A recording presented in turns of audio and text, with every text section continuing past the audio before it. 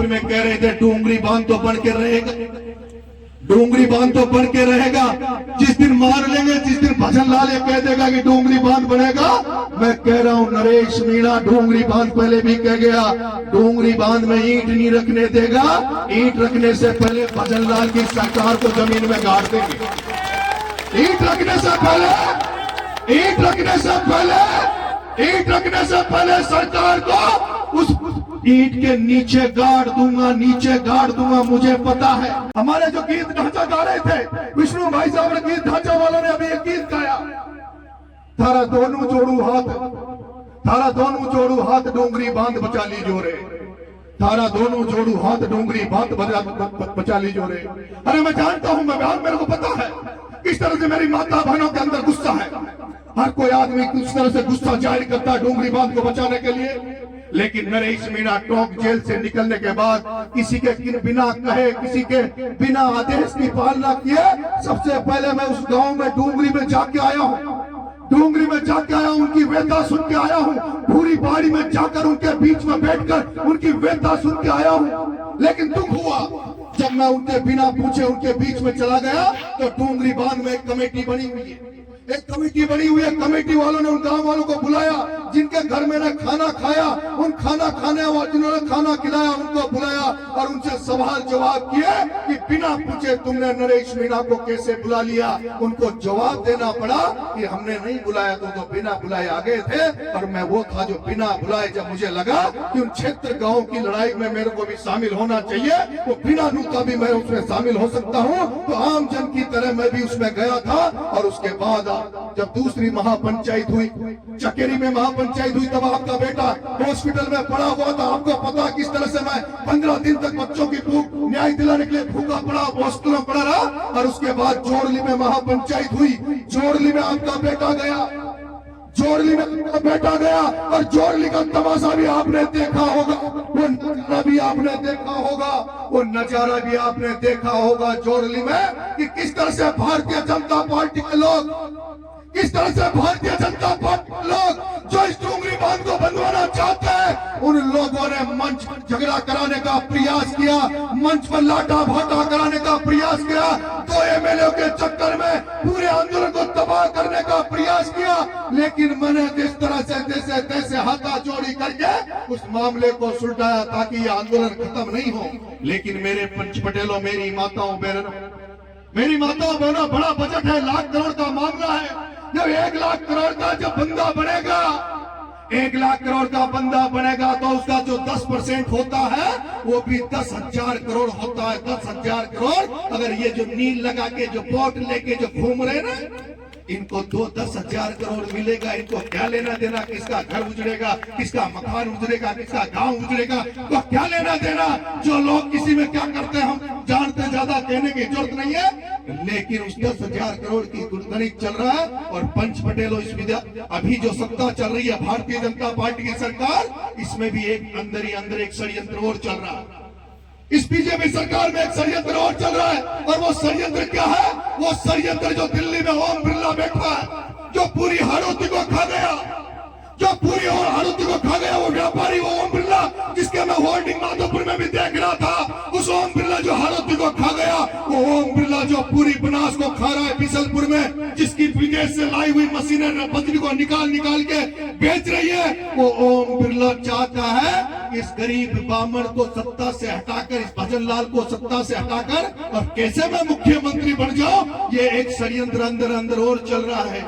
और उसी के पीछे इस गरीब बामण भजन लाल को हटाकर ओम बिरला सत्ता का मालिक बनना चाहता है। राजस्थान के मुख्यमंत्री भी गद्दी में बैठना चाहता है। वो ओम बिरला राजस्थान के मुख्यमंत्री की गद्दी में बैठना चाहता है, जिसने पहले किसान के बेटे प्रहलाद गुज्जल को कोटा की राजनीति में खत्म किया। उस कोटा में ओम बिरला ने उस प्रहलाद गुज्जल की राजनीति को खत्म करके कोटा बूंदी पे कब्जा किया। अभी उसने वसुंधरा को खत्म करके 12 झालावाड़ पे कब्जा करने के लिए तैयारी कर रहा है। और अब वो ओम बिरला भजन लाल की सीट पे बैठना चाहता है। और वो ओम बिरला इसलिए कल एक कहलवारा था, माधोपुर में कह रहे थे डोंगरी बांध तो बन के रहेगा, डोंगरी बांध तो बन के रहेगा। जिस दिन मान लेंगे, जिस दिन भजन लाल ये कह देगा कि डोंगरी बांध बनेगा, मैं कह रहा हूं नरेश मीणा डोंगरी बांध पहले भी कह गया, डोंगरी बांध में ईंट नहीं रखने देगा। ईंट रखने से पहले भजन लाल की सरकार को जमीन में गाड़ देंगे। ईंट रखने से पहले, ईंट रखने से पहले, ईंट रखने से पहले सरकार को उस ईंट के नीचे गाड़ दूंगा, नीचे गाड़ दूंगा। मुझे पता है, मुझे पता है जब किसान गुर्जर आंदोलन हो रहा था, गुर्जर आंदोलन हो रहा था, कर्नल भेसला जी जब आंदोलन कर रहे थे और जब गोलियां चली, भयंकर गुर्जरों ने अपनी कुर्बानी दी, अपनी बलिदान दिया, उसके बाद वो तो महारानी थी, वसुंधरा राजे थी, जिसके कार्यकाल में सोहेला में 6 किसान मर गए, घरसाना में किसान मर गए थे। उस वसुंधरा के भी मैंने देखा है पसीना आ गया था, उसकी भी बीपी बढ़ गई थी जब 72 गुजरों ने बलिदान दिया। सत्ता सरकार पलटने वाली थी। एक बार भरतपुर में गोली चली मुख्यमंत्री की मौजूदगी में, भरतपुर से मुख्यमंत्री श्री चुनपाड़िया जब तक जयपुर नहीं पहुंचा, उसके पहले मुख्यमंत्री को गद्दी छोड़नी पड़ी। उसी तरह डोंगरी बांध के 80 गांव वालों, अगर पूरा डोंगरी बांध के 80 गांव एक रहे तो भजन लाल की तो क्या मोदी की भी नहीं है जो डोंगरी बांध बन जाएगी मकान कीजिए।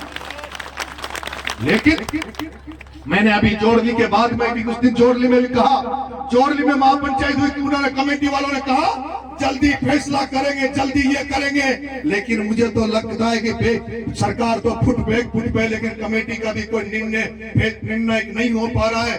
निर्णय कमेटी को निर्णय लेना होगा। मैंने कहा जिस तरह से जनता कह रही है, कह रहे हैं कि नरेश मोर्चा समाज, जिस दिन कमेटी नरेश को कह देगी, नरेश को बेटा मानकर नरेश पे भरोसा कर लेगी, मैं अकेला ही डोंगरी बांध को रोकने की ताकत रखता हूं, अकेला ही डोंगरी बांध को रोक दूंगा। बस आपके आशीर्वाद और सहयोग की जरूरत पड़ेगी। इसलिए कमेटी को फैसला कमेटी को लेना है। मुझे अभी डोंगरी बांध वाली कमेटी के कुछ लोग साथी आए, उन्होंने 21 तारीख को कोई ट्रैक्टर रैली निकाल रहे हैं, कलेक्टर का घेराव कर रहे हैं। अब मामलो मुख्यमंत्री को जो ये करे कलेक्टर को घेराव मारा पसंद ना हो, मारा पसंद ना हो, कलेक्टर को याद है तो मामला मुख्यमंत्री का है।